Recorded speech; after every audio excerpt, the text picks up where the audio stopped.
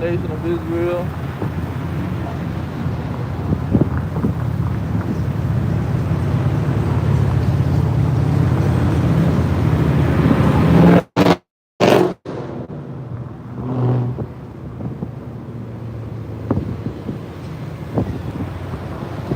To the 12 tribes of the nation of Israel, Shalom, Shalom.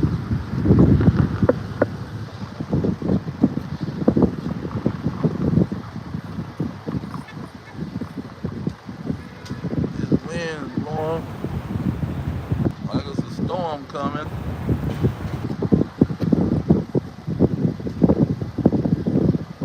We're gonna get into this Iran and the Northern Army. Uh, that's in Joel chapter 2, and the deliverance of the Israelites in World War III. With pretty much is just like they was delivered out of ancient Babylon. Modern day daughter of Babylon, the Israelites is gonna be delivered, which is America, from their 500 plus years of bondage, captivity, and slavery. Okay, they're gonna be delivered from this Babylon by the same people, by destroying the Persians. Is gonna be the people that's gonna destroy this place. But we're gonna get it out of the scriptures and show how they're gonna destroy this Babylon the Great. First of all, we're gonna give all praises, glory unto Yahweh, Bahashem, Yahweh Shai, Bahashem, Rekakadah. Yahweh been the name of the Heavenly Father. Yahweh Shai been the name of His only begotten Son, who they ignorantly called Jesus Christ. Alright? And we're going to get into it. I want to start off with Jeremiah 28 to set a foundation for the situation. This is what the Lord always did with His prophets. In Jeremiah 28 and 8, it says, the prophets that have been before me and before thee of old prophesied both against many countries and against great kingdoms of war and of evil and of pestilence. So before the war happened, the Lord would always bring His prophets out to prophesy against the war and against the kingdom that's perpetrating the war. Now let's go into the New Testament. Let's get it out. The so-called New Testament. Apostle Paul regurgitated the same thought, because he's talking about a war that's going on, but he's saying we're not going to participate in the war. That's pretty much what he's saying. When you jump down, this is Ephesians 6 and 11. It says, put on the whole armor of the Most High. So he's saying, you're going to be fighting the war. You ain't fighting the war that they fighting, but you fighting a whole nother kind of war. It says that you may be able to stand against the wiles of the devil. It's going to explain who the devil is in verse 16. But verse 12, it says, for we wrestle not against flesh and blood. See, we're not going to join no military and go to fighting anybody. It says, but against principalities, see, the government, against powers. See, that's more another word for government. It says, and against the rulers. Rulers is another word for government of the darkness of this world, not of some spiritual world, of this world. It says against spiritual wickedness in high places.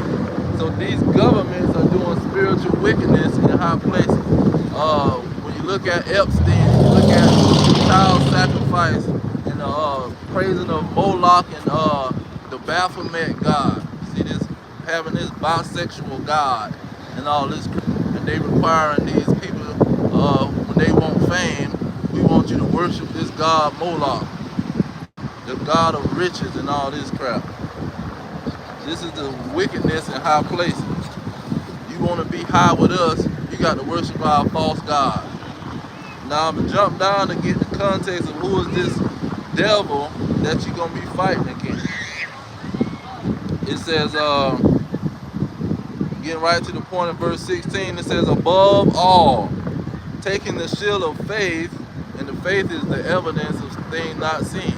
You're going to be collecting evidence that's going to prove, like 1 Thessalonians 5:21, prove all things. So you're going to have evidence to prove everything you believe in. It says, wherewith ye shall be able to quench all the fiery darts of the wicked. See, you got to know the Old Testament to know who the wicked is. And real quick, to get the nation that he's talking about. See, Jeremiah talked about great kingdoms, and Apostle Paul talked about these. We gonna be wrestling against these great kingdoms, which is government, principalities. We gonna be wrestling against them, but he named them in the verse. In verse 16, he said the wicked. It's Malachi 1:4. It says, whereas Edom said, we are impoverished, but we will return and build the desolate places. See, they the ones that was reigning in the Roman Empire with Herod. See, Herod was just one family of the Edomites. See, Edom was a massive nation. They had many sons and many children because they are a bunch of fornicators and they like to reproduce. It says, but we will return and build the desolate places. They returned during the Renaissance time.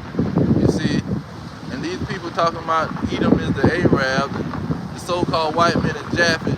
You don't got no scriptures to explain the Renaissance time. See, who was rebuilding? Who was rebuilding? The Japhites ain't rebuilding nothing, and no prophets say they was gonna rebuild anything. These Edomites is building up their cities and their country. It says, thus says Yahweh of armies, they shall build, but I will throw down, and they shall call them the border of wickedness, and the people against whom the Lord have indignation forever. See, these people that the Lord got indignation unto them because they are the great kingdom that's ruling his earth and destroying his earth. Real quick, let me back up my words in Jeremiah. I'm going back to Jeremiah. This is 51, Jeremiah 51 and 25. And we're going to be coming back to that Jeremiah 51 when it comes to Iran and this war. But this is Jeremiah 51, 25. It says, behold, I am against you. See, that's what he said in 28. O destroying mountain, says Yahweh, which destroyeth all the earth. See, these people destroy the earth, the water, the animals, the air. You see, when you look in the sky, you always see some plane flying by with some chemicals being sprayed out on the people. It says, which I will stretch out my hand upon you and will roll you down from the rocks and make you a burnt mountain. How is he gonna make them this nation of burnt mountains? He's gonna send hypersonic international ballistic missiles to this place to destroy it. He says,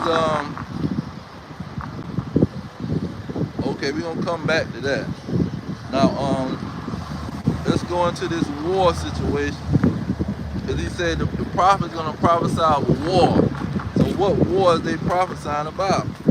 This is Joel chapter 3, and we're gonna get into verse 2.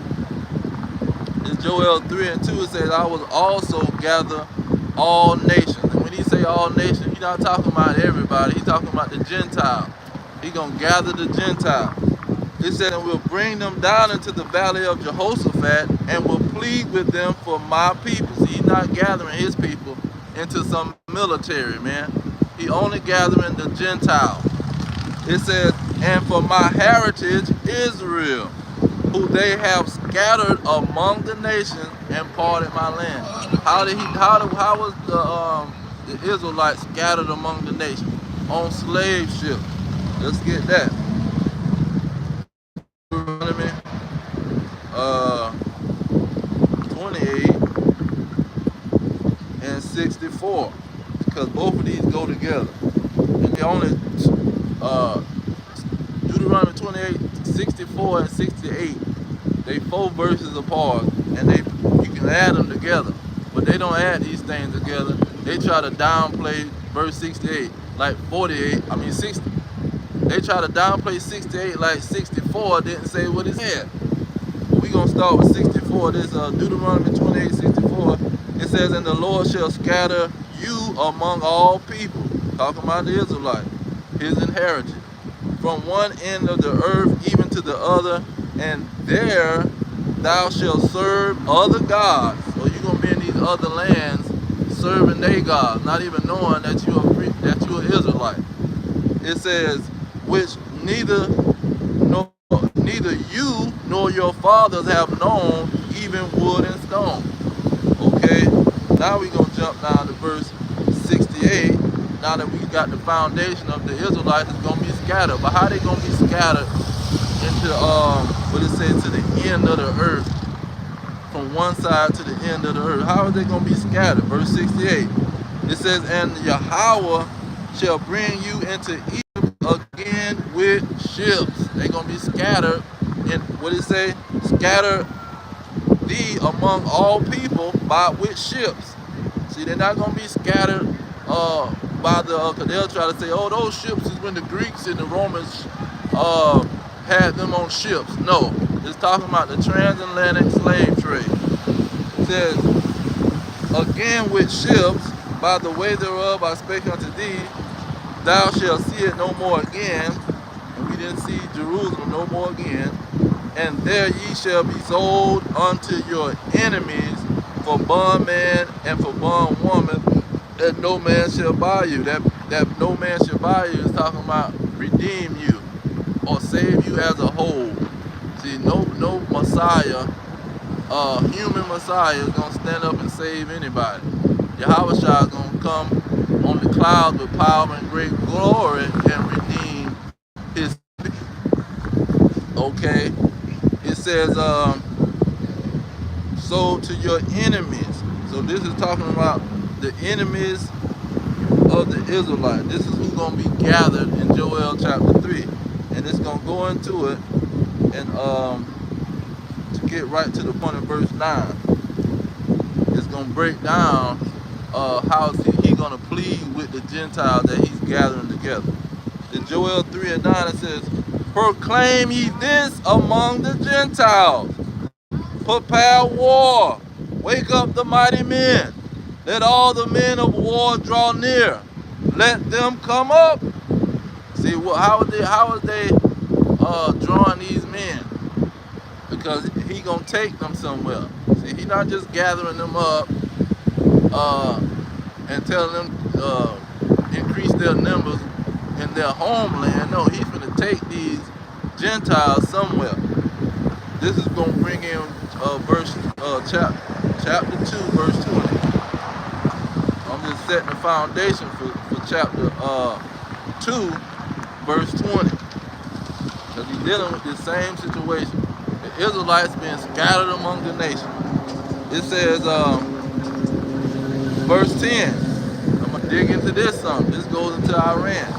It says, beat your plowshares into swords, and your pruning hooks into spears. Let the weak say, I am strong. So Iran was a weak nation. See, they tried to go to war with these Babylonians, these spiritual Egyptians and Sodomites. See, these Americans, they tried to go to war with them in the 80s.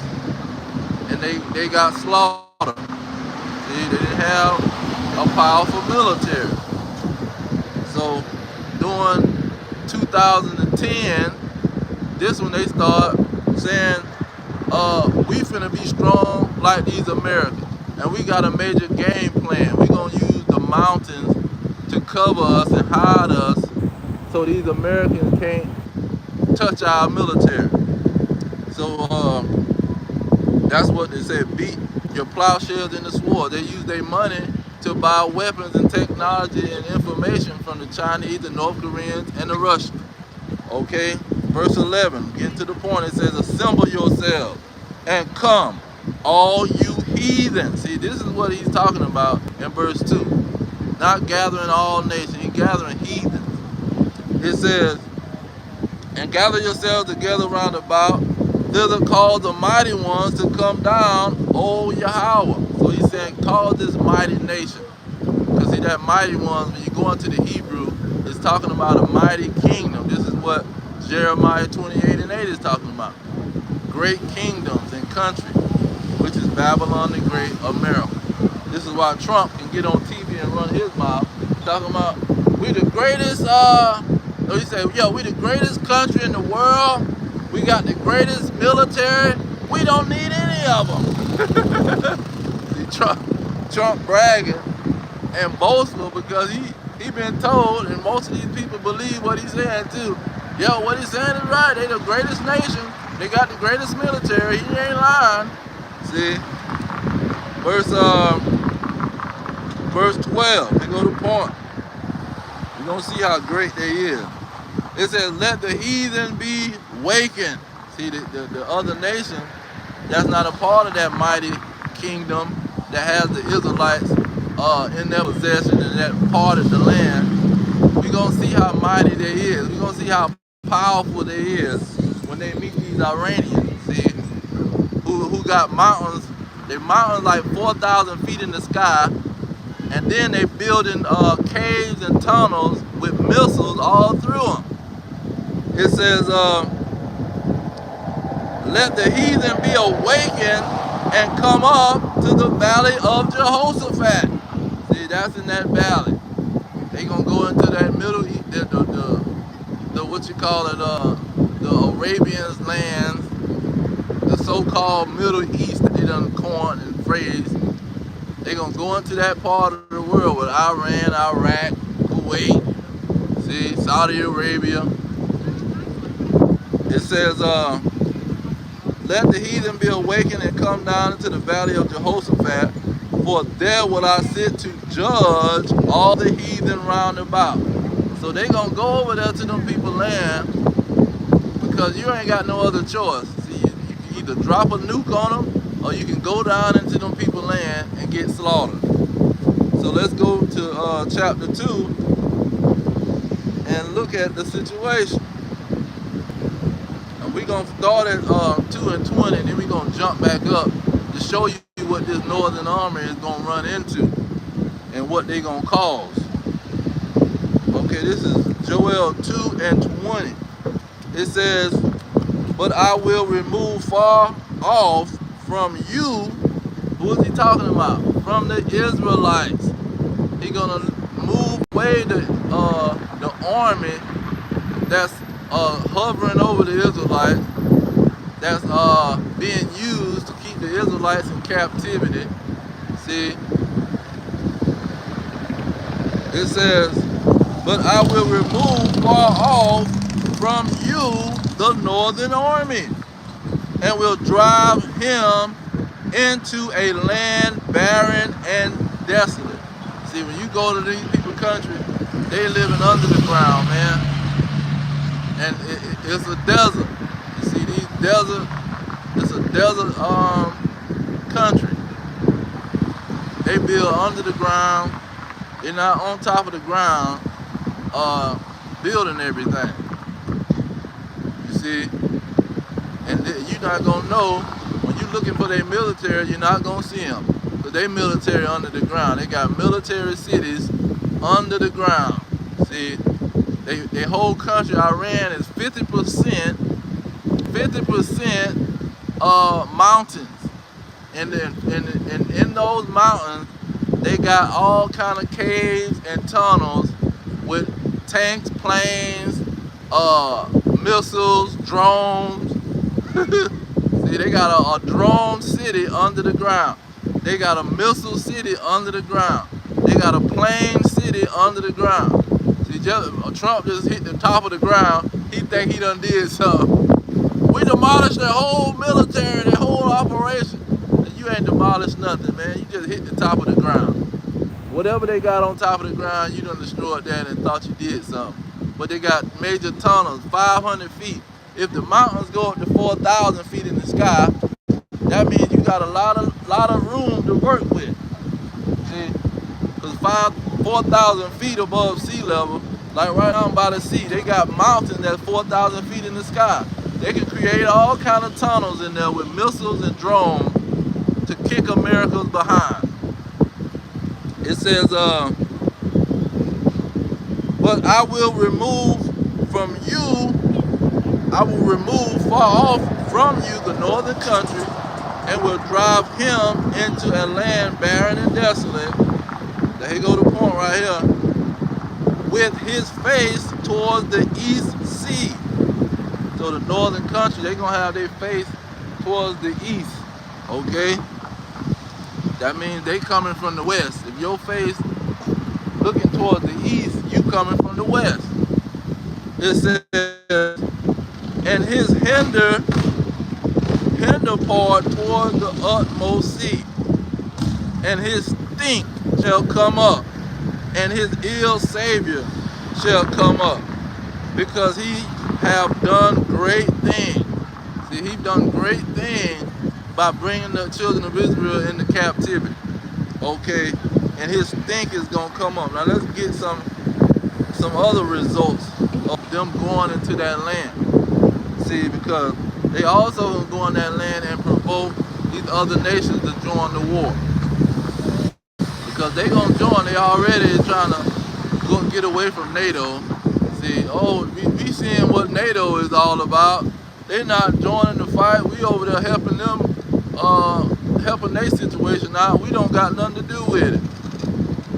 You see, but these other NATO and the EU nations, they got area. They got enough room where these missiles can hit them. See, the missiles, they saying that the missiles can't hit America, but they got some down in them tunnels that can hit America. But here we go in verse 3. I'm going to get right to the point. Joel 2 and 3. It says,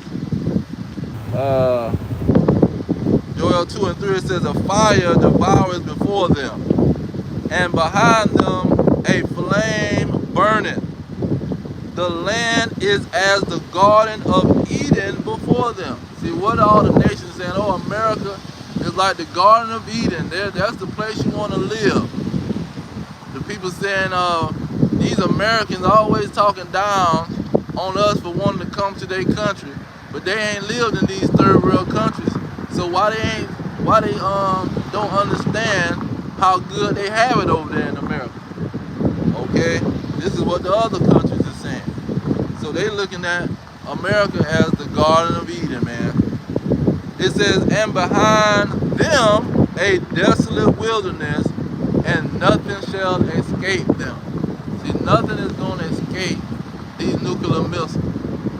See, when they get to dropping, it ain't going to be no running nowhere. Like you got over there in the state of Israel, the Rothschild created state of Israel with the British and the American government.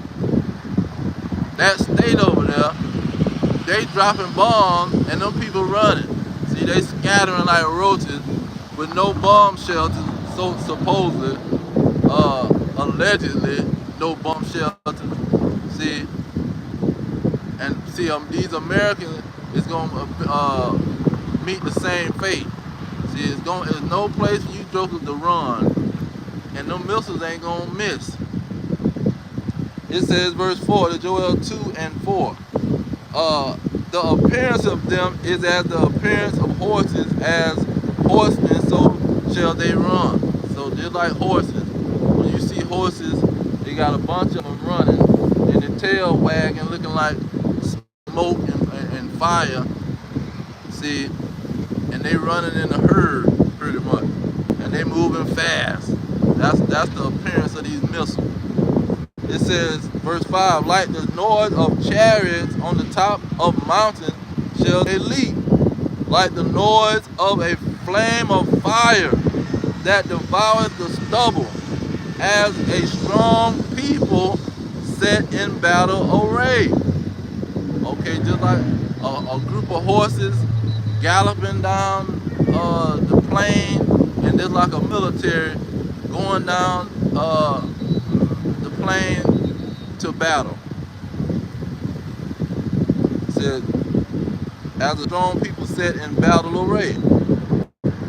Okay, we'll jump down to verse, well, let's get verse 6. It says, before their face the people shall be much pain. All faces shall gather blackness.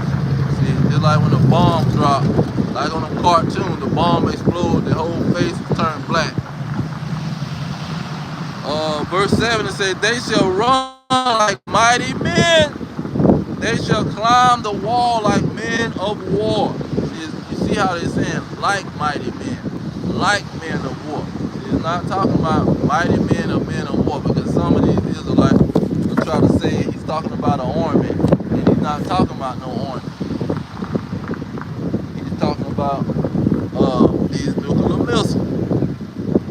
It says, and they shall march everyone in his ways, and they shall not break their ranks. See, when these missiles start to drop and fly, they're not going to be bumping into each other and, colliding in the air. Just like with Iran was shooting those missiles towards Israel, they weren't bumping into each other and colliding. Okay, let's get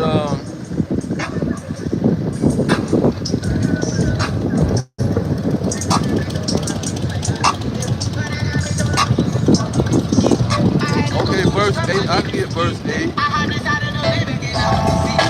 Joel 2 and 8. It says, neither shall one thrust another. They shall walk one in his path. When they fall upon the sword, they shall not be wounded. Joel 2 and 8. Sexy boy, won't you be my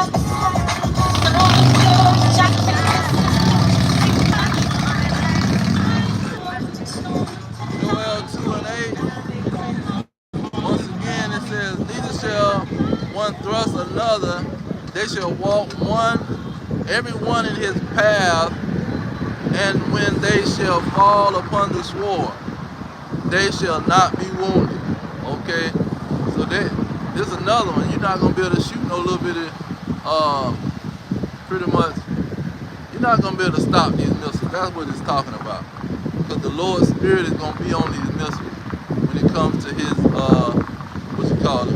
He called it the day of the Lord.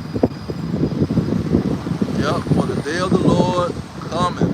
This is why we know Isaiah 13 is talking about these missiles and the day of the Lord. And come to find out, let's go ahead and go into that, because it spells it out plainly. It's Isaiah 13. And it's concerning Babylon, just like, what was it? Jeremiah 50 and 51 talking about Babylon. But Joel didn't name a specific place. It just named Edom, who is the rulers of Babylon, who is the controllers of Babylon, the ones who set Babylon up. And in Psalms 137 and 7 and 8, it calls these Edomites the daughter of Babylon. So this is Isaiah 13. I'm gonna start at verse 5. It says, they come from a far country, from the end of heaven, even Yahweh and the weapons of his indignation. What kind of weapons is the weapons of the Lord? These nuclear missiles. See, they're not coming up with some grand invention, man. They're not saying, you know what, let's put a bunch of dynamite together and shoot it across the world. No, the Lord put that into their mind. It says, for they come from a far country, from the end of heaven, even Yahweh, the weapons of his indignation, to destroy the whole land. See, he created these weapons, man, that's going to destroy the whole nation. See, they're running around with pride, These women going to the gay clubs and all this crap. See, he coming to burn this place up. It says, "Howl ye, for the day of the Lord is at hand, the day of Yahweh. It shall come as a destruction from the Almighty. Therefore shall all hands be faint, and every man's heart shall melt." See, when they find out that cause see, Iran, this is what Iranians pride themselves on. We warn people before we gonna kill them. We tell them, hey, we finna shoot some missiles your way. So anybody that ain't wanna die, get the heck out the way. And I think there was in some movie. I think it was in Players Club. He said, anybody that don't want to die, get the heck out of here. And they went to running. This is what Iran like to do. See, in Iran, they ain't some genius people, man. He's setting them in that land so they can come up with that plan. Oh, we gonna hide in the mountains so they don't see us. If we deep down into the mountains, they can never destroy us. See, they're not coming up with some amazing plan. The Lord put them in that mountain so they can destroy these people. It says, where is it? Verse 8. It says, "And they shall be afraid, pains and sorrows shall take hold of them. They shall be in pain as a woman that travaileth. They shall be amazed one at another. Their faces shall be as flame." See, they gonna be hot when they find out that these people done set them up for downfall, man. See, that's why BB BB and the Israelites, they sitting around promoting the situation. You need to go in Iraq. They got weapons of mass destruction. You need to go in Afghanistan. They got weapons of mass destruction. You need to go in Iran. They got weapons of mass destruction. See, he been running his mouth the whole time trying to get these Americans to go bomb somebody. It says, verse 9, this Isaiah 13 and 9. "Behold, the day of the Lord cometh." See, this is what Joel was talking about.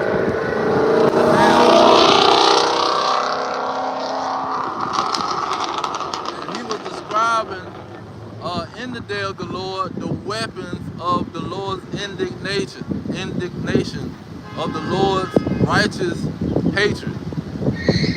You see, and it says, let me jump down. This verse 9, Isaiah 13 and 9. "Behold, the day of Yahweh cometh, cruel, both with wrath and fierce anger, to lay the land desolate, and he shall destroy the sinners thereof out of it." See, the Lord is going to have this northern army run they behind over there to Iran and get slaughtered. See, run they behind over there to the Arab land and get slaughtered. See, Albert Pike wrote a letter, and he had no other choice but to say this is what was going to happen. You already see the what you call it, the armies that's going against each other. It's the Arabs and the so-called white man. It's not a hard equation. He says, verse 10. I don't want that. Y'all get verse 11. That'll take me back to Jeremiah 50. It says, "I will punish the world for their evil, and the wicked for their iniquity." See, that the world and the wicked is talking about these Edomites. It says, "And I will cause the arrogancy of the proud to cease, and will lay low the haughtiness of the terrible. See, they got a terrible military. See, they got radiation weapons and they got satellite lasers. Say, okay, you got all these weapons, but why the Lord ain't let you use them on Iranians? Because see, if you use the wrong weapon, you might expose yourself, because they got cameras, they got reporters reporting the whole situation. Oh, we had some kind of way that the whole situation blew up. What did they hit them with? It wasn't a missile. See, you can't just use any weapon, because using that weapon will expose your behind. So even though America might have some secret weapons and some powerful weapons, you can't use them. Then if you try to use the wrong weapon, these people's what you call it, the Arab peoples might unite. See, you might cause them to unite against your behind, and you ain't gonna have, boy, when you get that Iran and Pakistan on your head, you was in trouble. And Saudi Arabia, you got Iraq, Kuwait, you got all these Arab nations. If they unite, it's gonna be a bad day for these Americans. Now let's go to Jeremiah. The Isaiah and Jeremiah was giving these prophecies, these end time prophecies. They weren't talking about back then. They love to go to Charles Hubbard. That was back then. No, it's a such thing called dual prophecy. He could be talking about back then, and he could be talking about right now in 2026. So let's get that Jeremiah 50. Jeremiah 50. Mind you, Jeremiah 49 is talking about the Edomites. See, he's not just jumping out there and giving you a place that ain't been identified. He's identifying the place before he goes into it. And he's showing you that both of these places is going to be destroyed. Now, he almost had the book of Obadiah in the midst of his writing. Because it says from 14 down, he goes into this Jeremiah 49 and 14, he's talking about there's a rumor from Yahweh. An ambassador is sent unto the heathen, saying, gather ye together and come against her and rise up to the battle. So this is what's going to happen. These other nations, NATO and the EU, Russia, Iran, North Korea, China, all of these people is going to come against Babylon the Great, the stronghold of the Edomites. See, because Russia not on there, we're going to take over and be the #1 Edomites in the world. See, they not on that type of time. They trying to share the situation, trying to share and be diplomatic. These Americans is focusing on Iranians, trying to destroy them. And they focusing on the Russia too, because they know what's going on with the proxy wars, that these two nations is combined together and they're gonna destroy this place. But they're not gonna look good if they destroy Russia. Another group of so-called Anglo-Saxon, Caucasian, what other name they were, European, see, white peoples. They're not gonna look good if they just keep going at them. We might as well go at the Arab, see, but they not factoring in. Let's get this. That's in Ezekiel, and I'm gonna just quote it because that's a whole nother subject. Ezekiel 38. It calls the Russians the guardians to the Persians. But here in Jeremiah 49 and 17, it talks about Edom being destroyed. It says, also Edom shall be a desolation. Every one that goeth by it shall be astonished and shall hiss at the plagues thereof. Verse 18, as in the overthrow of Sodom and Gomorrah. So this is how this place is going to be destroyed, man. just like Sodom and Gomorrah. Fire is going to consume this place and burn everything up in it. So he's giving you the connection of Babylon with the Edomites. Then verse 20 it says that the least of the flock shall draw them out. Both of these two things is in the description of Edom, and then in the next so-called chapter, he has the next so-called 2 chapters, he have the same thing. They gonna be this Babylon gonna be destroyed by like Sodom and Gomorrah, and the least of the flock shall draw them out. So he's letting you know this daughter of Babylon is the same as Edom. Okay, now let's go into this Jeremiah 50 and 9, going into these armies and these nuclear missiles.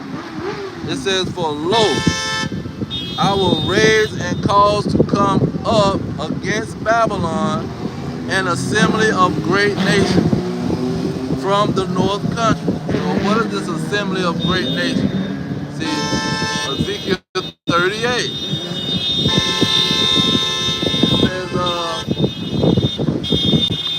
It says, and they shall set themselves in array against her.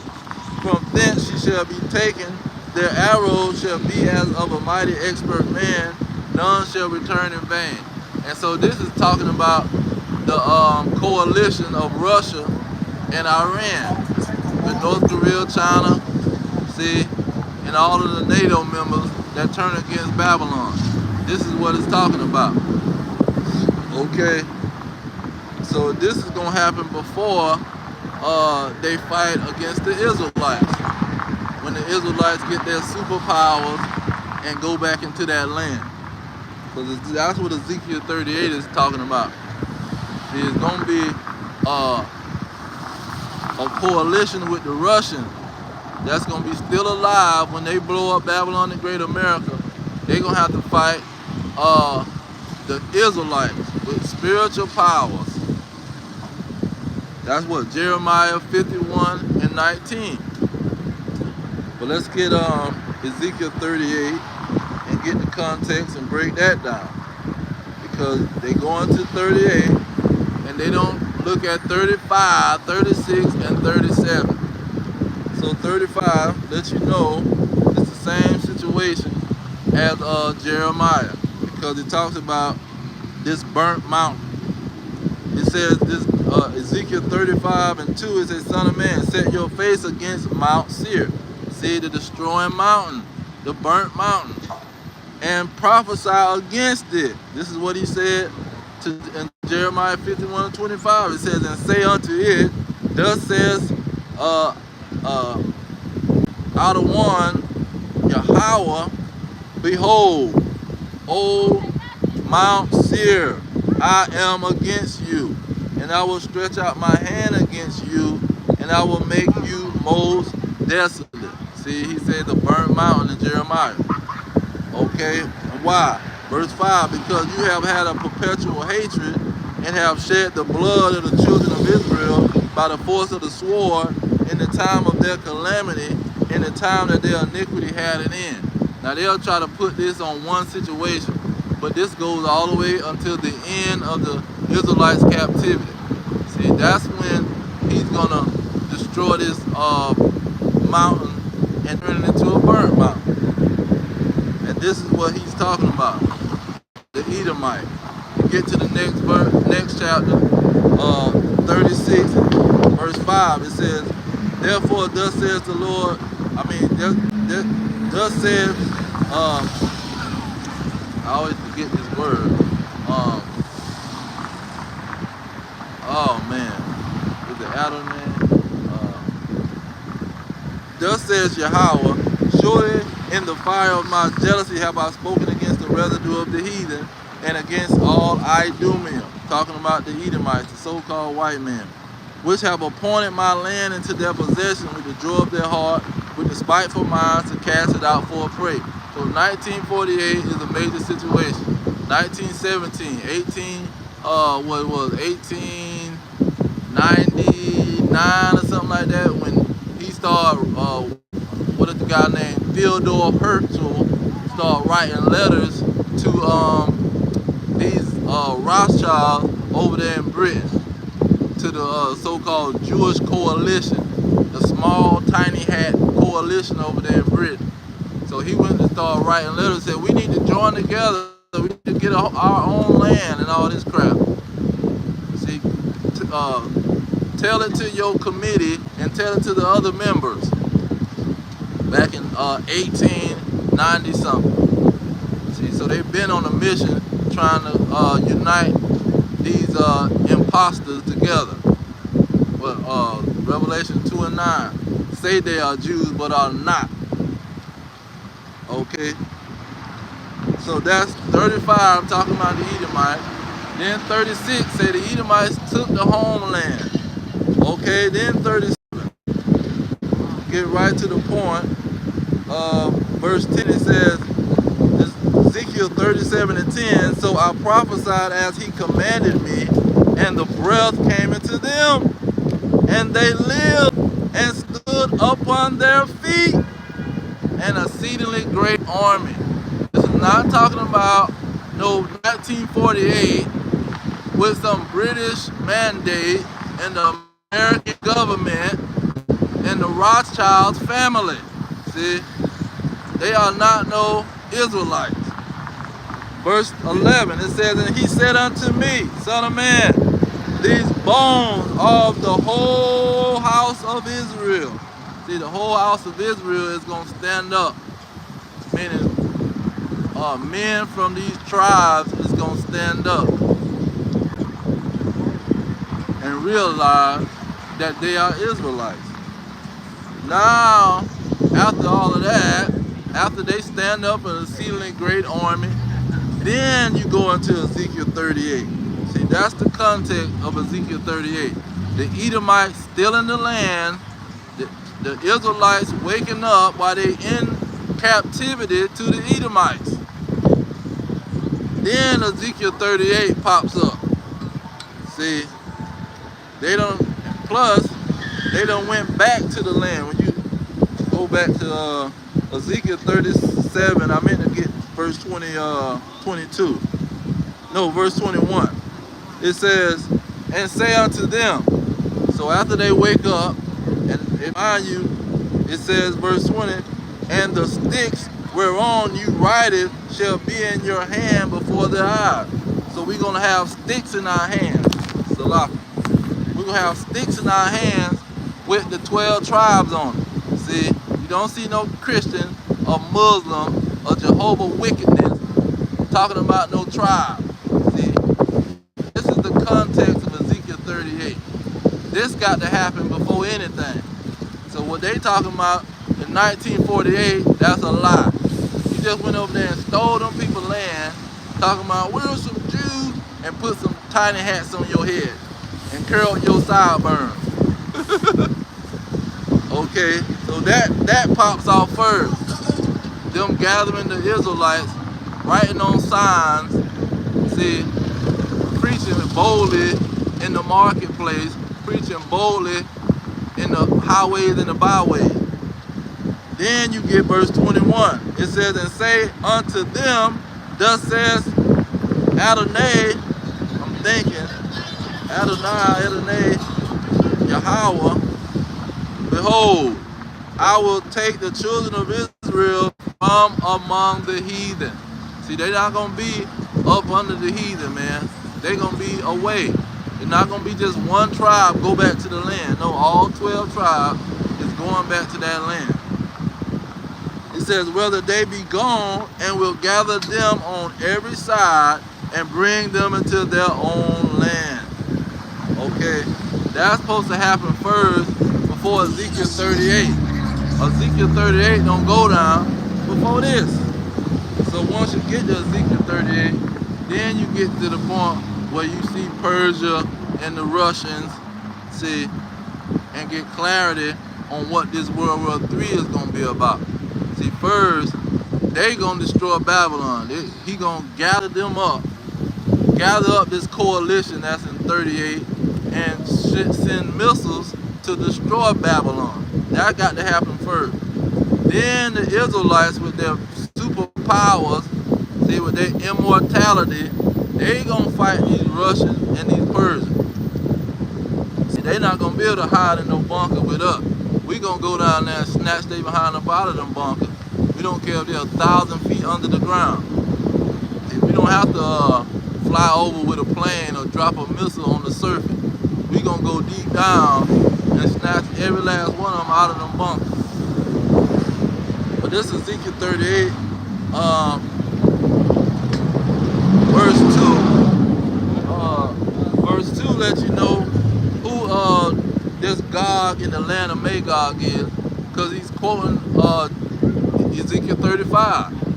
See, and he was talking to what? The Edomites. This Ezekiel did exactly what Jeremiah did. Jeremiah, he went into the Edomites, and then he paralleled the Edomites with Babylon. Ezekiel went into the Edomites, and then he paralleled them with Gog and Magog. You see, because Babylon is not a people, it's a place. The land of Magog is not a people, it's a place. So he's put the Edomites in a place. That's all they're doing. They telling you the Edomites, and then they say in the place. So what is it? Verse 2 of Ezekiel 38, it says, Son of man, set your face against God, the land of Magog, the chief prince of Meshach and Tubal, and prophesy against him, and say, Thus says the Lord Yahweh, Behold, I am against you, O God, the chief prince of Meshach and Tubal. Okay, then when you jump down, he goes into the army. He says, all your army, so the army of the Russians is going to team up with the army of the Persians.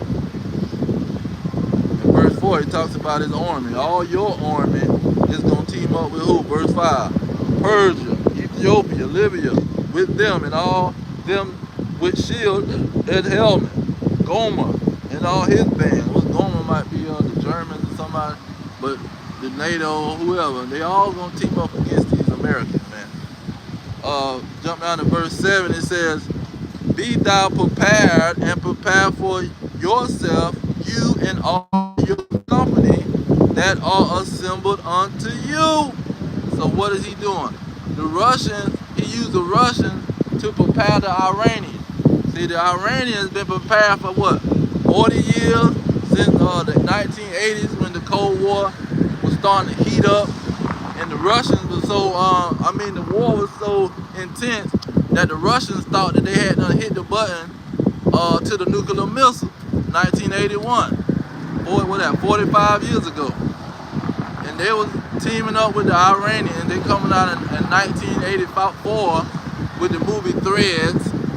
The movie Threads showing the Iranians ready to fight these Americans and fight these Israelis, because they had already established themselves, already been trying to take over the world when they blew off JFK's head. So when you go into the rest of it, it says, And all your company that are assembled unto you, and be thou a guard unto them. So he a guard unto these other coalition members. He's a guard to the North Koreans. He's a guard to the Chinese. He's a guard to the Iranians. That's why they having military drills together. No, they just having military drills together because they ain't got nothing else better to do. No, the Iranians, the Russians, and the North Koreans, and the Chinese is a team. They've been a team, man. It says, be thou a guard unto them. How is he a guard unto them? He give them nuclear missiles, he give them intel. And what Putin say? Putin say, I'm gonna stop giving intel to the Iranians when y'all stop giving intel to the Ukrainians. See, because America's sitting there giving intel, weapons, all kind of stuff to the Ukrainians, but then they want to criticize Putin for giving intel to the Iranians. He said, you helping the Ukrainians, and we gonna help the Iranians. See, so this war been going on for ages with Russia and America, or the USSR, the East and the West. They've been battling each other. Back in the 80s, man. It says, be prepared and prepare yourself. So who been making their weapons? They've been all formulating their weapons. Joel 3 and 10. It says, beat your plowshares into swords, meaning use your money to make weapons. Russia been using their money to make weapons. The Ukrainians been using their money to make weapons. The Chinese, the North Koreans, all been amping up their spending of military so they can make these weapons. I think it's like 300 million. Chinese is at 300 million, maybe even billion, but I think it's 300 million. The Russians is right behind them at like 100, almost 200 million. And these other two nations, the Iranians and the North Koreans, is right behind them too, spending millions of dollars. But see, the Iranians, they living in a spot that is undefeatable.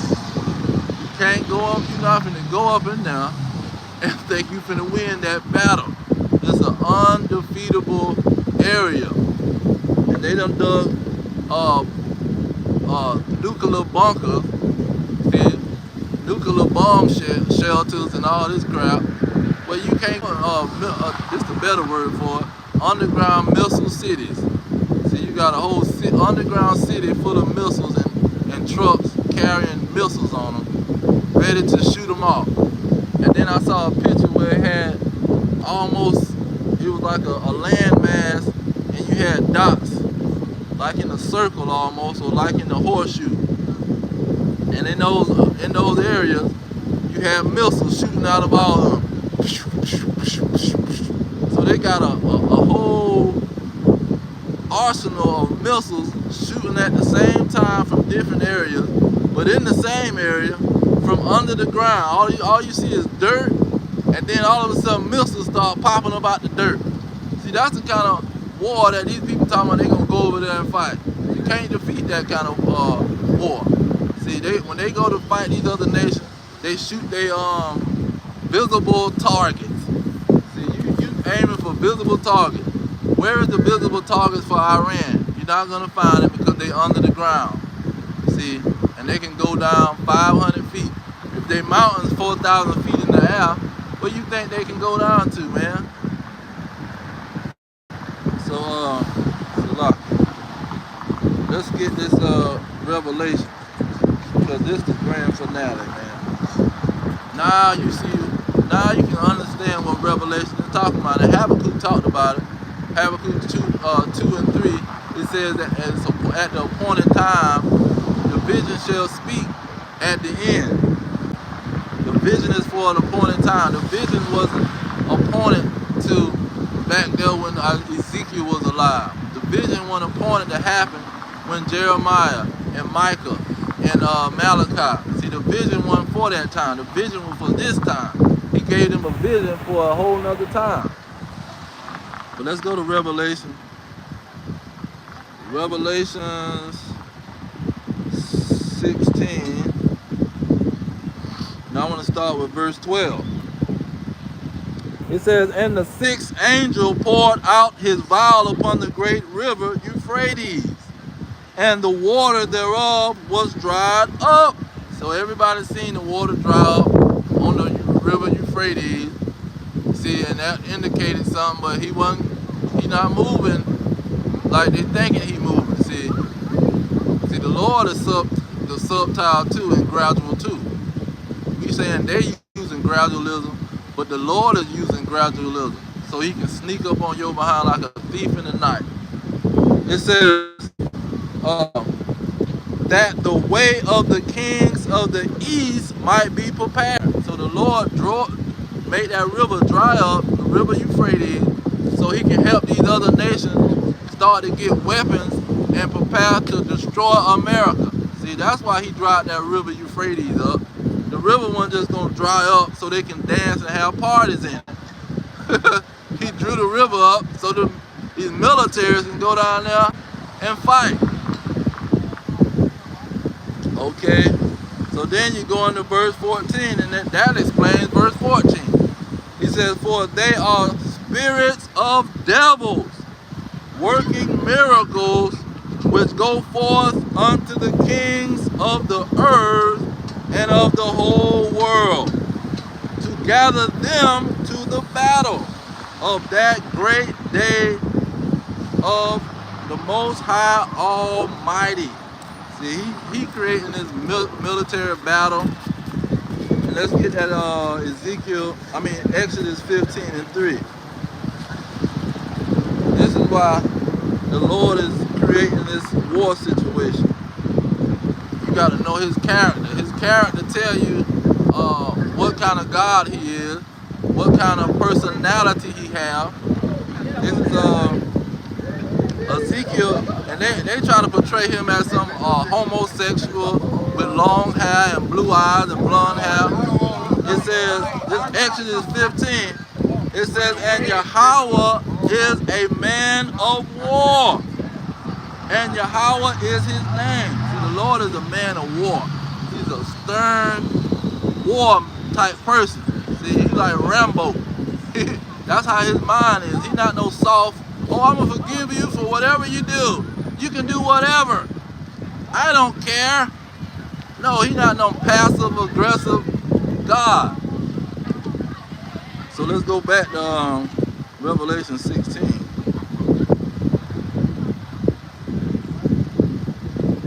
All right, Revelation 16.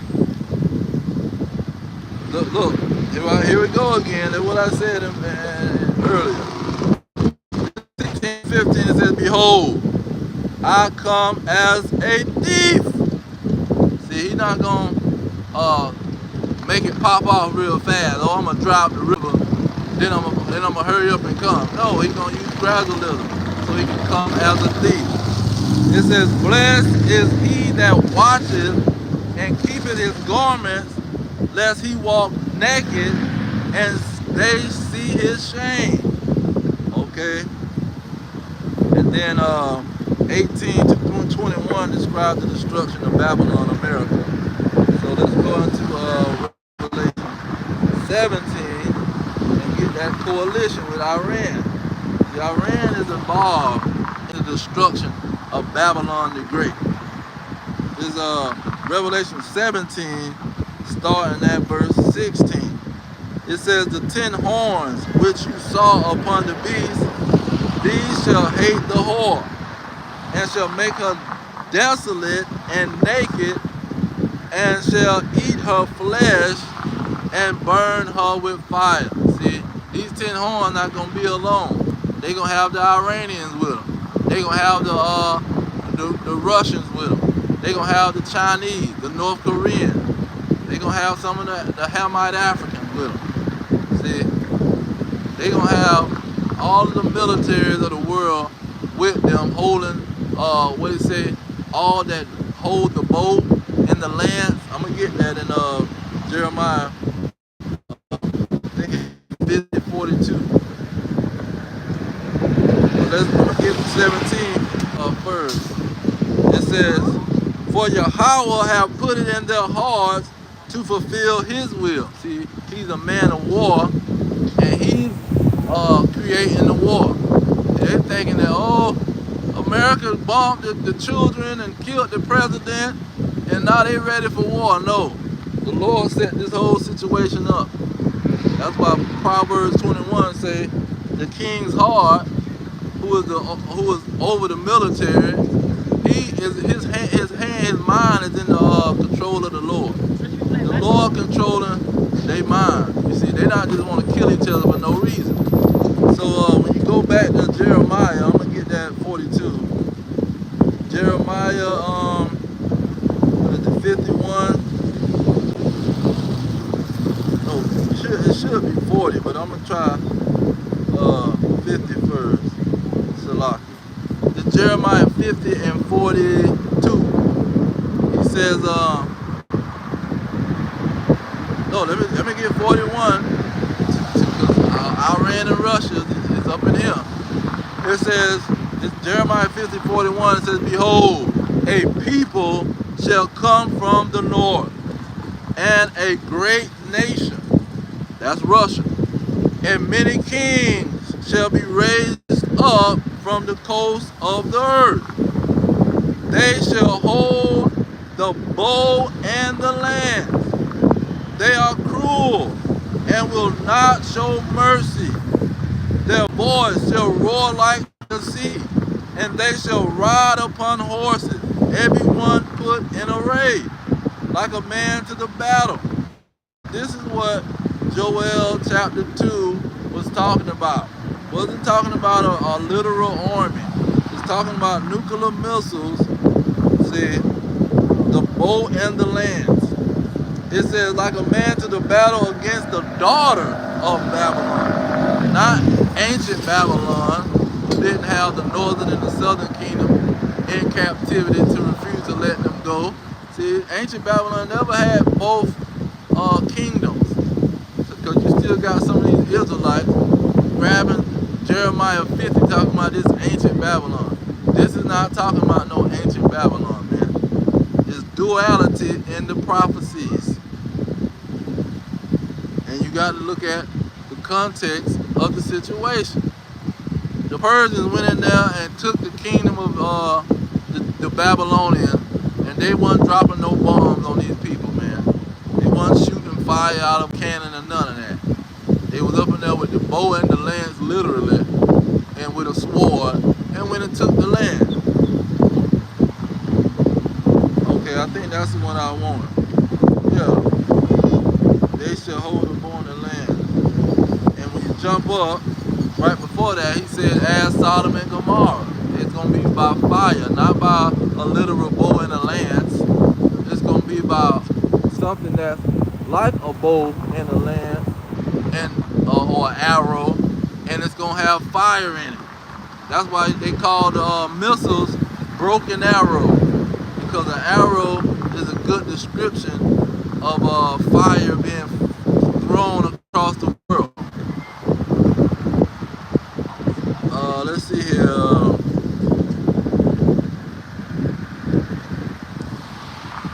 Now the Persians, I want to get that third part of the war. When Ezekiel 38, once it go past that he's gonna prepare his military, Putin or Russia, and the Iranians and the Chinese, North Koreans, all of his allies, his coalition of great nations, his assembly of great nations, that's going to destroy Babylon the Great America. They're going to have to battle the Israelites. They'll jump down to 50, and they're going to be the last Edomites that's going to be leading the battle. See, Edom is still in charge. See, just because the Edomites, all the other Edomites that supported Babylon the Great turn on them, that don't mean they not Edomites no more. No, the Edomites is going to turn on America, Russia, and the NATO. NATO is the totality, or the European Union, the Edomite Union. Russia going to replace America in leading them. That's all that's going to happen.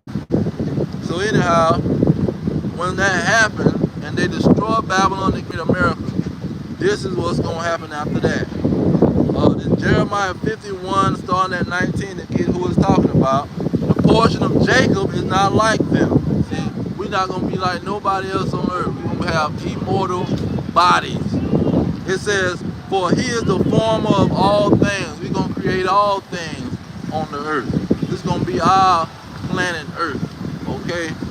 And we the form of all things right now. That shows you that we the real Israelites, because we inventing everything. It says, and Israel is the rod of his inheritance. We his weapon. It says, Yahweh of armies is his name. Verse 20. Thou art my battle axe and weapons of war. See, the weapons of war is going to be the Israelites. See, when the Edomites in the land of Magog and these NATO members and the EU members and China, China, North Korea, Iran, and all them gather together to blow this place to smithereens. You see, then he's gonna deliver his people from that destruction, okay, and give them spiritual powers, and they're gonna be his battle axe and weapons of war. It says, for with you will I break in pieces the nations, and with you will I destroy kingdoms, and with you will I break in pieces the horses and his rider, and with you will I break in pieces the chariot and his rider. Okay, this is what he's talking about. Let's get it again in Ezekiel 25 and 14. He says, and I will lay my vengeance upon Edom by the hand of my people Israel, and they shall do in Edom according to my anger and according to my fury, and they shall know my vengeance, says Yahweh. Jump down to verse 17. It says,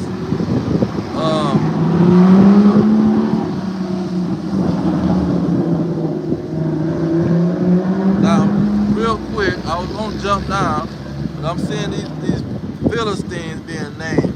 Verse 15, it says, thus says Yahweh, because the Philistines have dealt by revenge and have taken vengeance with a despiteful heart to destroy it for the old hatred. Okay, so that means they gonna be in the picture, and the Philistines being replaced. They replaced by these Arabs. Not talking about these Hamite Africans. Verse 16, it says, therefore, thus says Yahweh, behold, I will stretch out my hand upon the Philistines, and will cut Cherethims, and destroy the remnant of the coast, of the sea coast. Okay, so he might get the Edomites to drop a bomb on these Iranians or Arabs in that area. Verse 17, it says, and I will execute great vengeance upon them with furious rebukes, and they shall know that I am Yahweh when I shall lay my vengeance upon them. So he's going to use the Israelites to break in pieces the nation. He's going to use the Israelites to destroy these Edomites and all of these nations who are going to try to come against them. Because, go back to that Joel.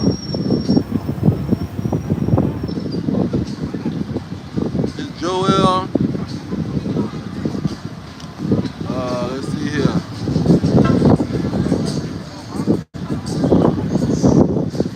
Verse 14, look at what it says. In Joel 3 and 14, it said, multitudes in the valley of decision. So in that land of war, it's going to be multitude. For the day of Yahweh is near in the valley of decision. See, we know it's near because these folks telling them, but we've been preparing for 40 years to destroy they behind. We know they coming, we waiting on them to come. See, we ain't sitting around all scared. See, Trump running his mouth on the TV, but Trump don't know what he's talking about. He's trying to lie because he's looking at the money. Oh, the stock market is great, and the economy is doing great, and forget about Epstein and all of that crap. We're doing wonderfully. We defeated their leaders, and we destroyed all of their military. We're doing wonderful. We're taking over. We're making history. So you listen to Trump, and you'll be thoroughly confused. And this is what we're telling them. You can't sit around and listen to these Edomites. The Edomites is going to tell you a lie. They're going to cover over everything. They're going to lie to your face. Oh, we doing wonderfully. When these people got a freaking military under the ground 500 feet in a mountain that's 4,000 feet in the sky, and you ain't finna go defeat these people, man. Talking about we already won. They got a new regime. We don't need to make a deal. They got a new regime. Whatever deal they got now, we don't need to make a deal with them, because they got a whole nother regime of people. See, man, Trump is lying through his teeth. I'm gonna jump down to let's see here.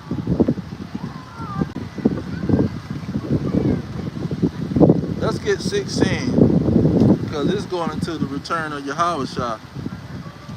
Now, in verse 15, talk about the moon is dark and the stars shall withdraw their shine. It say, Yahweh also shall roar out of Zion and utter his voice from Jerusalem, and the heavens and the earth shall shake.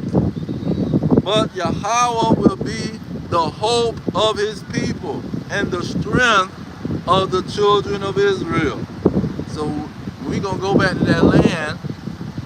We gonna have Yahweh with us. He gonna have us have spiritual powers, man. I'm gonna get into that after this. It says, verse 19, to get to the point, it says, Egypt shall be a desolation. Now, Egypt goes a bunch of ways. It can go to spiritual Egypt. It can go to the Hamites. It can go to the American spiritual Egypt, slavery, bondage. It says, Edom shall be a desolate wilderness. See, and mainly the Edomites that had us in captivity here, over here in America. It says, for the violence against the children of Judah, because they have shed innocent blood in their land. Okay, so now I want to get this spiritual power. See, when we turn into his weapons of war, he prophesied that he's going to give us spiritual power. In Zechariah chapter 12, verse 8. Now verse 7 says he's going to save Judah first. The Judites is going to be the ones with the spiritual power. Well, all of them going to have spiritual power, but he's letting you know that they're going to be the top tribe.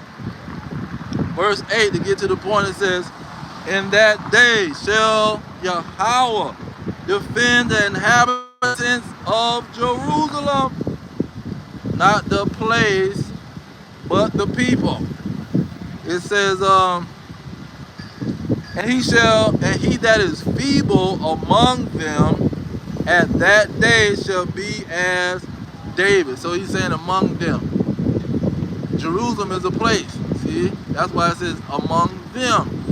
Jerusalem it means a people. The feeble among the Israelites. That's what he's talking about, not a place.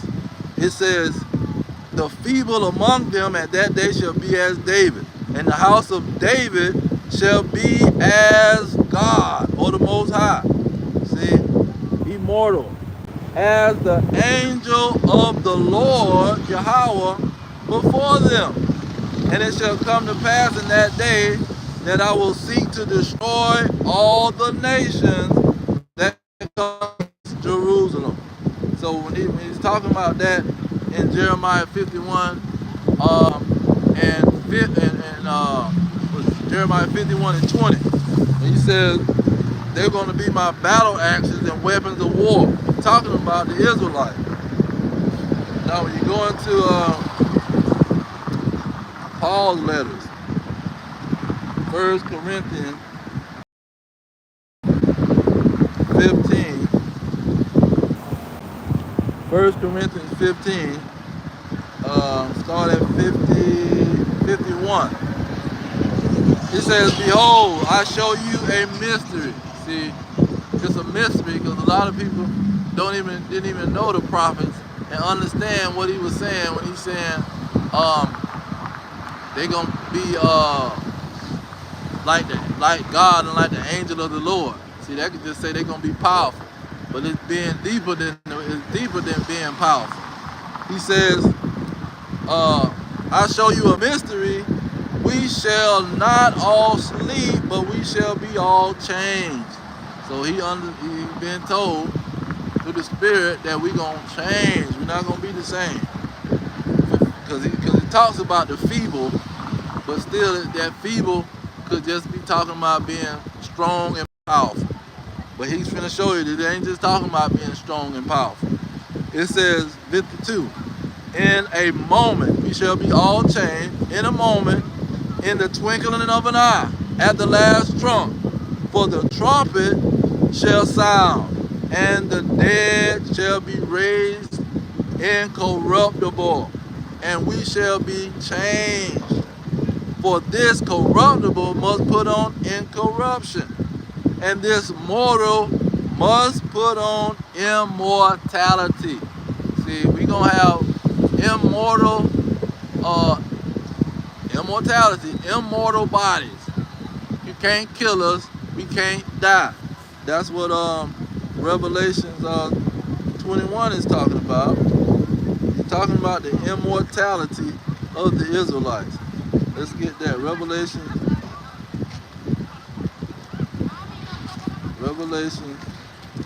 21. Now verse 1 tells you who is going to get this immortality where they're not going to see death anymore. Revelation 21 and 2, it says, and I John saw the holy city, New Jerusalem. See, Jerusalem is them that is feeble and that's going to get spiritual power, coming down from the Most High out of heaven, prepared as a bride adorned for her husband. That prepared meaning given spiritual power. Verse 4, it says, and the Most High shall wipe away all tears from their eyes, and there shall be no more death. See, immortality is going to be given to the Israelites. See, because of their bondage, their suffering or under oppression, see, they're going to get immortality. It says, neither sorrow nor crying, neither shall there be any pain. So they're not even going to feel pain. See, we're going to have immortal bodies. We're not going to feel pain, so these Edomites ain't going to be able to kill nobody. See, they're going to be totally helpless. It says, for the former things are passed away. See, the former things is passed away. Us being corruptible, where they can corrupt us, it's not going to happen. Let's get that in limitation. Not only we not going to be able to be corrupted, look at Lamentations 4 and 22. It says, the punishment of your iniquity is accomplished. See, we've been here for 400, 500 years. It says, the old daughter of Zion. See, Zion had a punishment. They had to go into captivity under the so-called white man, who is the Edomites. It says, he will no more carry you away into captivity.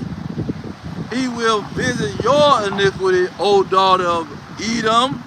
He will discover your sin. So now he's going to deal with these Edomites. See, people gonna try to make the argument, oh, but why he gonna punish them for he got them to put the Israelites in slavery, and then he gonna punish them. No, servitude is not hanging people. Servitude is not raping them.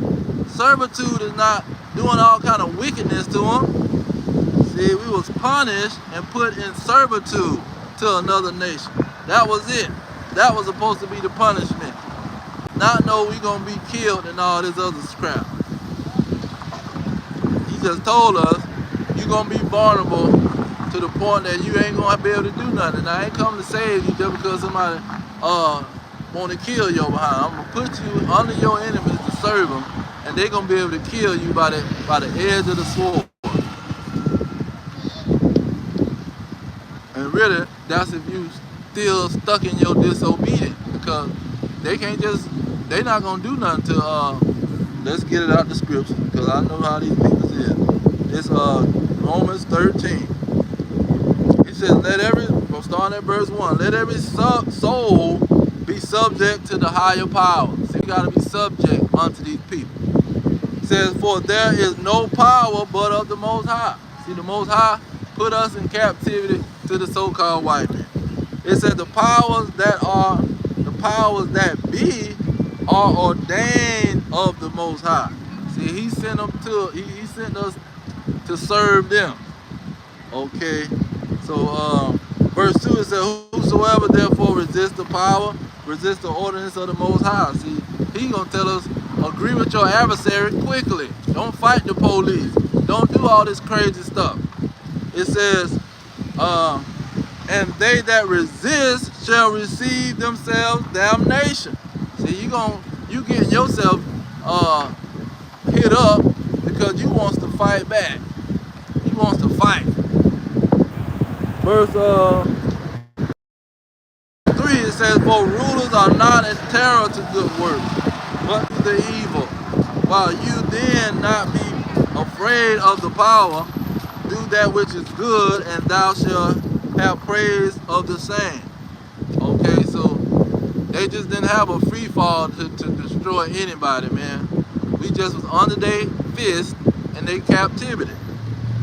Verse 4, Romans 13 and 4 says, but he is a minister, meaning a servant of the Most High, to you for good. But if you do that which is evil, be afraid. For he bears not the sword in vain. For he is the minister of the Most High, a revenger to execute wrath upon him that doeth evil. See, this is what he set these people up. Because the Israelites is a hard-headed, stiff-necked people. See, they hard-headed. And in this captivity, the whole head of these Israelites is sick. Let me get that Jeremiah real quick. 4 and 22. In Jeremiah 4 and 22 it says, for my people is foolish. They have not known me. They are Sodom's children, meaning stupid. They have none understanding. They are wise to do evil, but to do good they have no knowledge. See, this is what's going on while he's gonna set up these other nations and police us. See, that's what the so-called white man is gonna do in Jacob's trouble, man. He gonna get these other nations to police the Americans, because the Americans are gonna be soft on the people. See, they gonna come soft because they gonna have sympathy, and they done went to high school and they done lived around these people, and they gonna come weak. See, they want a foreign nation, a foreign army to come in and police the people, because they gonna be hardcore. See, they gonna give them no pity. They gonna hold them to a standard with no pity at all. And this is why what the Lord did with the nation of Israel. A bunch of hard-headed, stiff-necked people. Now I'm going to punish they behind and give them to a fierce nation of peoples. What's that? Deuteronomy 28 and 50. A fierce people. See, when you see a red dragon, a cave beast, as you call them. See, when you see these people, you gonna know that they the real deal. You can look at the movie Wrong Turn. See, look at the movie Django, and the people that he was using to go chase down the slave. And he's sitting around with his head down like this, drooling. He said the reason he looking at you, he ain't never seen you before. You see, when you see these red dragons, man, you gonna know they're a fierce nation, and you ain't gonna get out of line, because if you get out of line, they gonna put something on you, and mainly because you breaking the rules of the Most High. See, thinking you can steal, trick somebody, kill them. See, you can't do these things and think he gonna get away. I'm gonna send you to a nation that's gonna give you a harsh punishment. Beat you down in the street, body slam your behind. You want to sell dope and prostitute your women. Man, we gonna body slam you right in the middle of the street. Knock your teeth out your mouth. See, you're 100 years in prison. And you want to sit around and be a lawbreaker. See, they got something for them. Tat up your whole body. See, this is what they don't understand.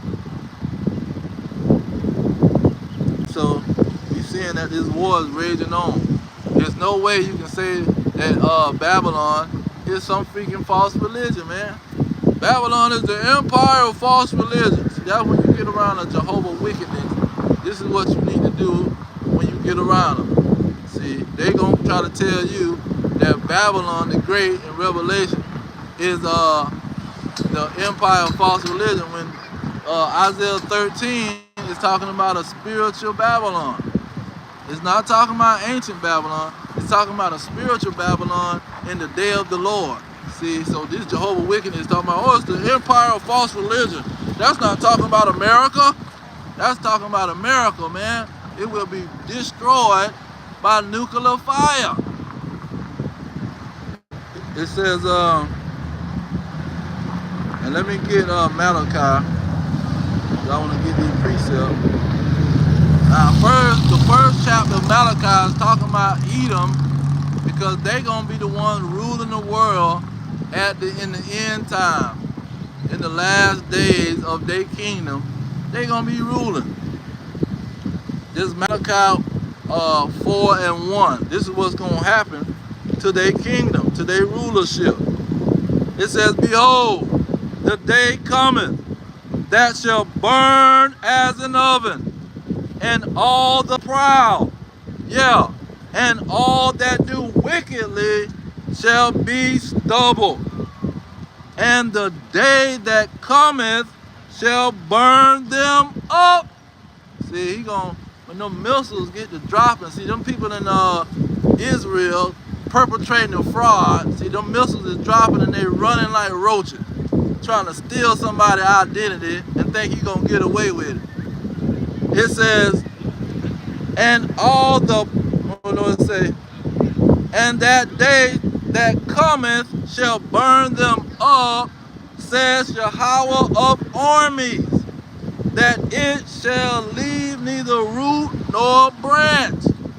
They over there singing songs, created up a whole language called Yiddish, thinking that they're gonna get away with the captivity. They the one was a major player in the transatlantic slave trade. See, they was insuring those ships. They was giving people loans, because they've been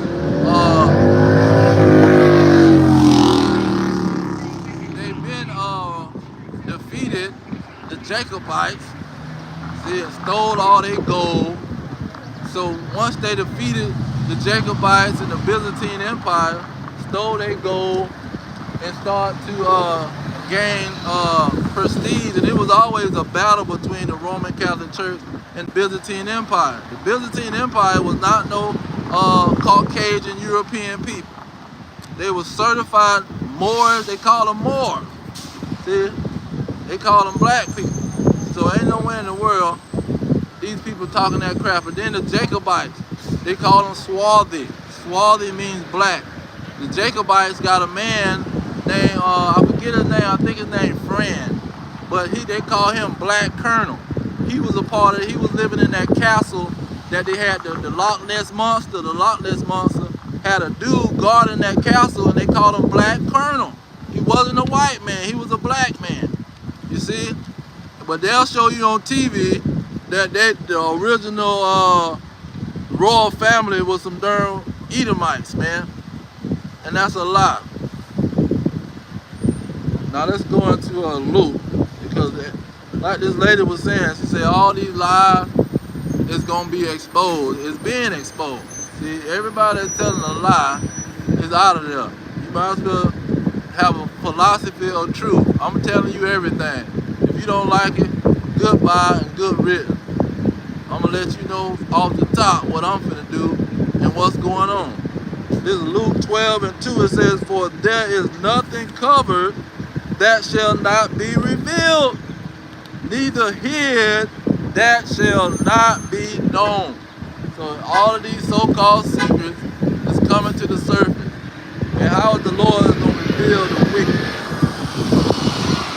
So they want to talk about an antichrist. Oh, it's an antichrist going to pop up out of nowhere and convince the world to worship him. That's a lie, man.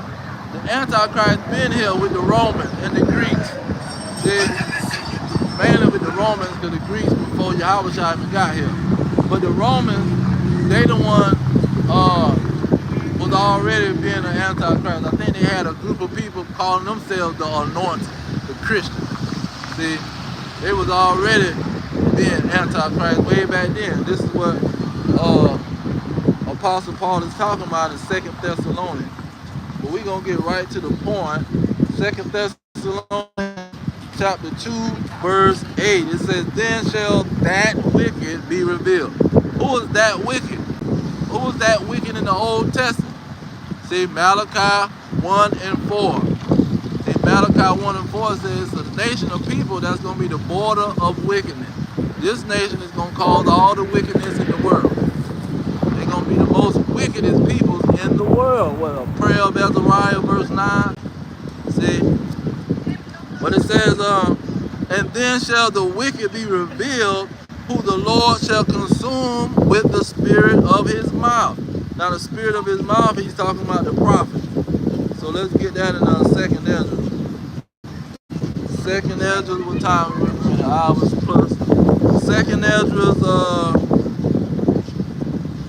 15, and then we're going to jump back to 6. Get some of these key verses. It says, behold, speak thou in the ears of my people the words of prophecy, which I will put in your mouth, says Yahweh. So the prophecies the Lord gonna put in your mouth, and you gonna be the mouth of the Lord, pretty much. See, that's why he says he gonna reveal the wicked with the spirit of his mouth, with his prophets, the people that he set up. So let's go back to 2nd Ezra 6 and 9. Show you this is how when Iran destroy these people, this is why they gonna get the victory, because the Lord got prophecies that he gonna stick to. This 2nd Ezra 6 and 9, it says, for Esau is the end of the world, and Jacob is the beginning of it that followeth.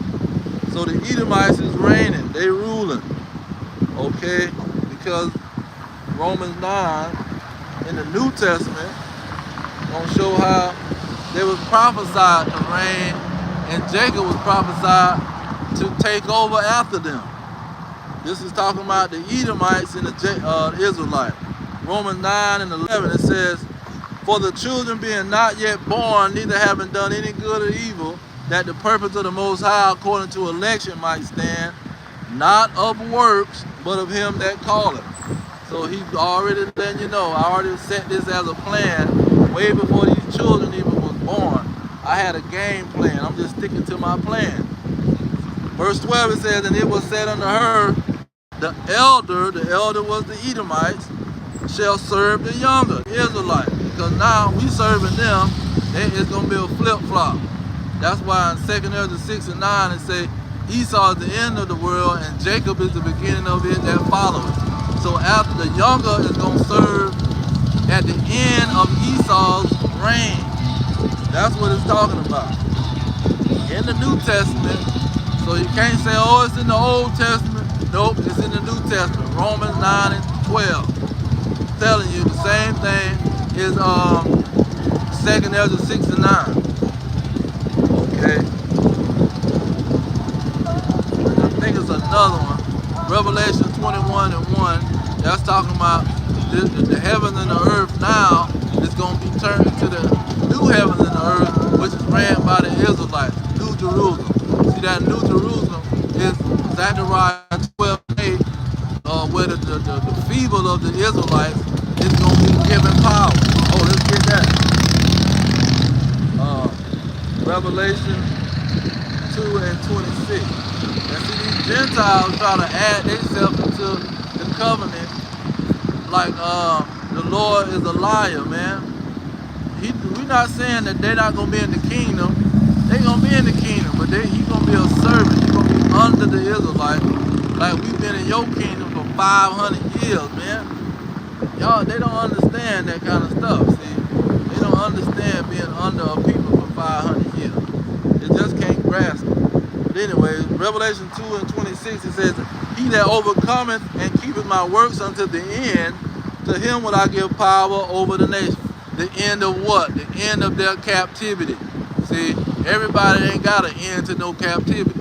See, the end of the rulership of the Edomites, it says, to him will I give power over the nation. So it's not talking about the Edomite, because he gonna give power over the nation.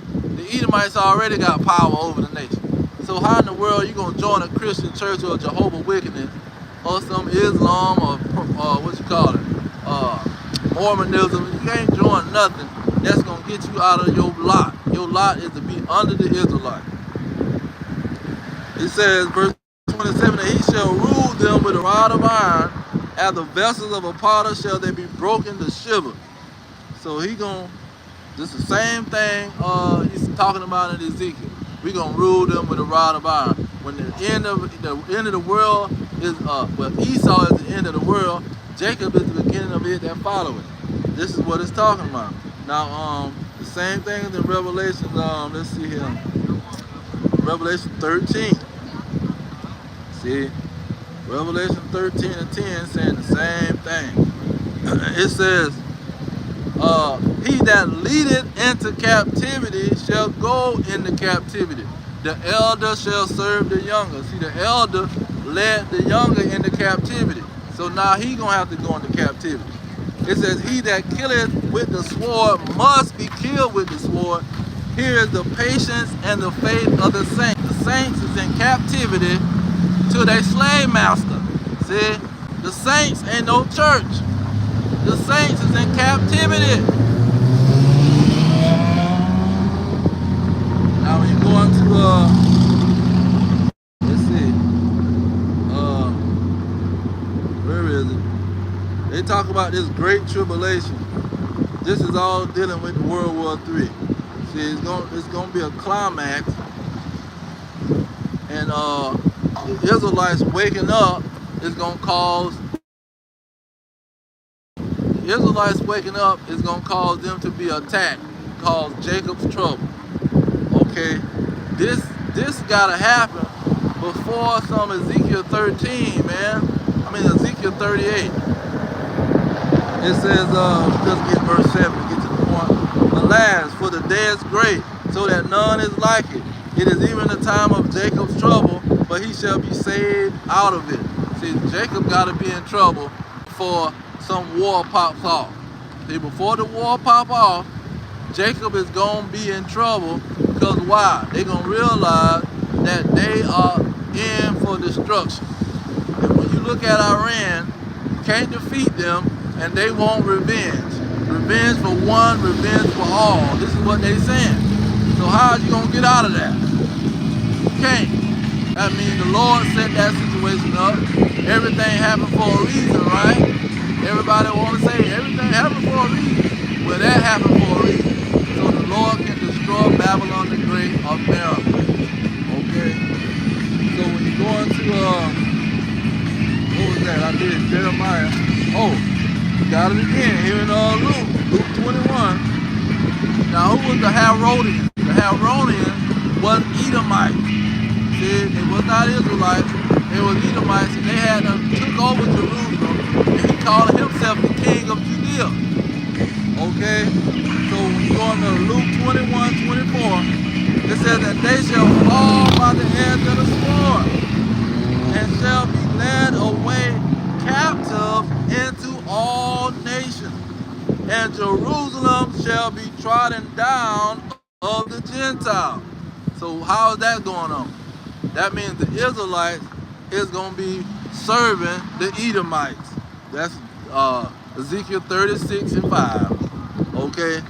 And they trying to add a part of it. See, they trying to sneak these they trying to give Esau wiggling room to get away with this turn Ezekiel 35, trying to say, oh, he parted the land with another group of people, so they all Arabs. Say, no, man, this is not all Arabs. possessing that land. The so-called white man is in that land, and it ain't no room for nobody else. See, but Ishmael and the so-called white man, who is the Edomites. But anyway, this is mirroring what he said in 2nd Ezra 6 and 9, in Genesis 25, see, Genesis 27, Romans 9 and 12, see, the elder shall serve the younger, because they trodden down the Israelites under their foot. It says, where is it?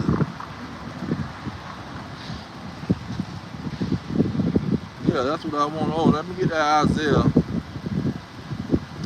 Isaiah 14 and 2, and then I'm going to jump down to 21.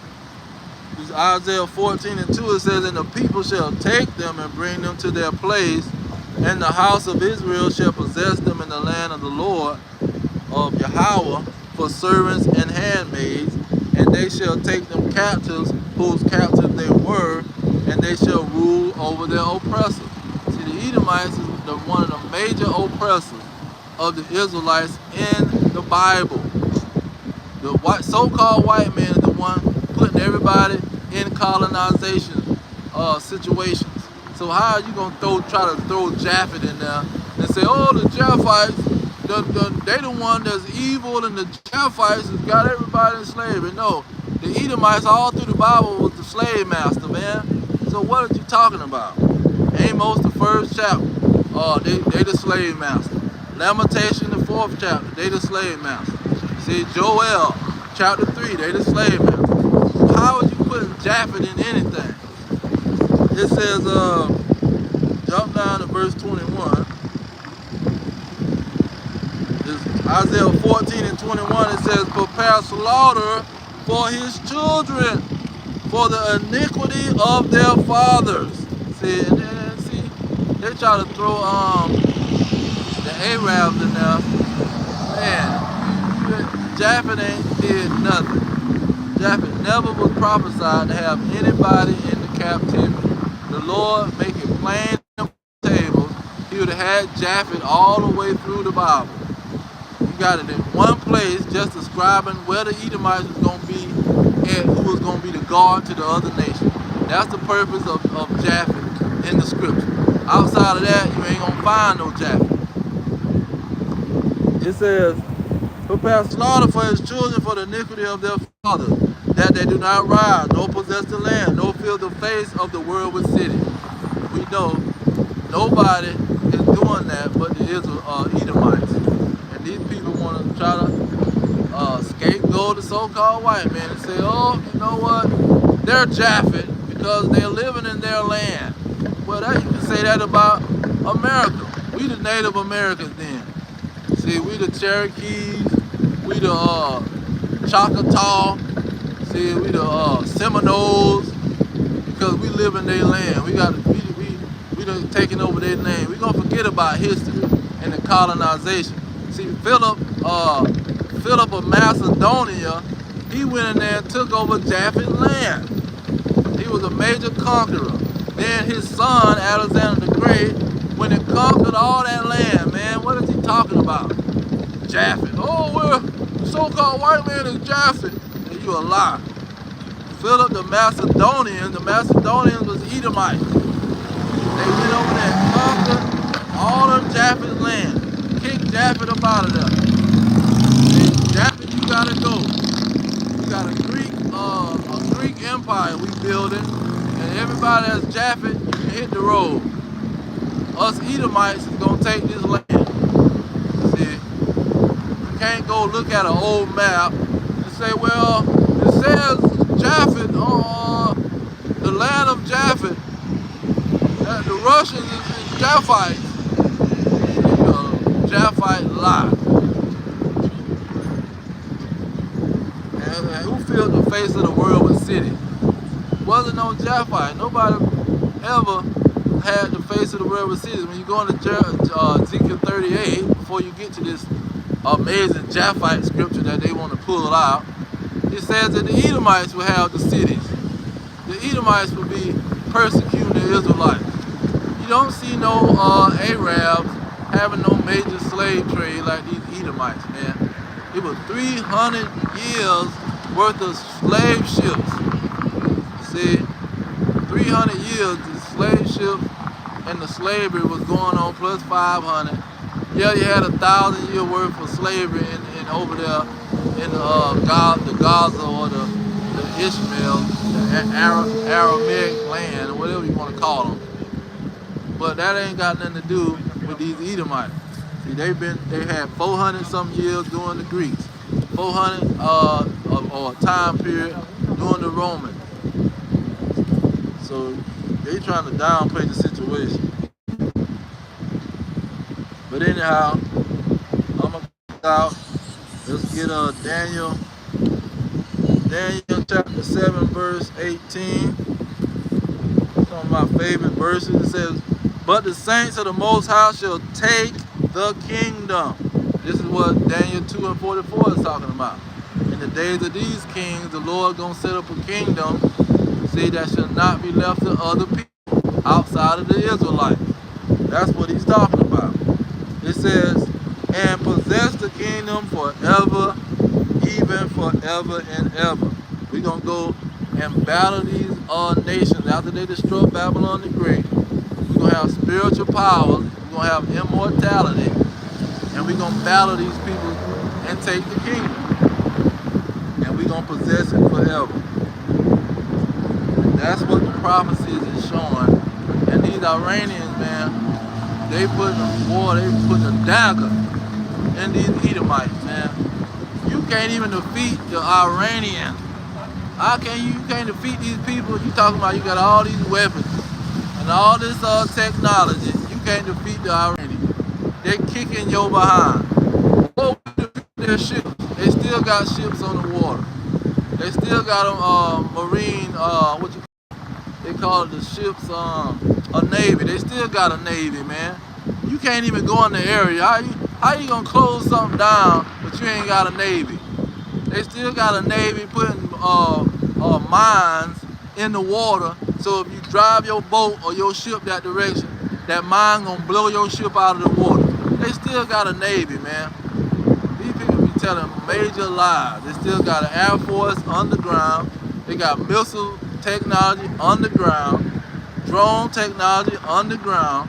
See, the Iranians got everything to destroy Babylon, and the Lord gave it to them. Let me end on that. It's Isaiah 54 and 16. It says, "Behold, I have created the smith that bloweth the coals in the fire." I created the Iranians, and that bringeth forth an instrument for his work. You want to stop them from developing nuclear weapons. "And I have created the waster to destroy. No weapon that is formed against you shall prosper." See, no weapon that is formed, the Lord didn't have nothing to do with it. Oh, they just was a smart people that created this missile and these drones. No, the Lord created the drone. He created the missile. And he got Iran under the ground where you can't defeat him. And it was something in the scripture talking about a worm. Worms or something. I'm gonna have to do that later on. Jump into that.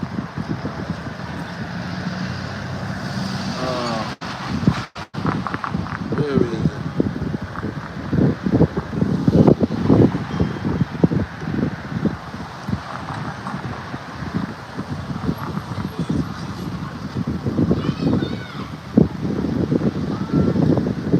Now Michael 7. Okay. "Nations shall see and be confounded at their might, that they lay their hand upon their mouth. Their ears shall be deaf. They shall lick dust like a serpent. They shall move out of their holes like worms of the earth." Okay, let's stop with that. Yeah, they done showed their hand pretty much. These Edomites can't defeat these armies, and they gonna get destroyed, man. And the Lord set the whole situation up. But I'm gonna leave it there. Give all praise and glory unto Yahweh, Bahashem. Yahweh Shah, Bahashem, Rekakadah, Yahweh, in the name of the Heavenly Father, Yahweh Shah, in the name of His only begotten Son. Double honors to the elders pushing the truth. Peace to the elect, the blacks, Hispanics, and Native Americans, the descendants of slaves, scattered around the globe on slave ships and through many captivities. Our kingdom is at hand. Shalom.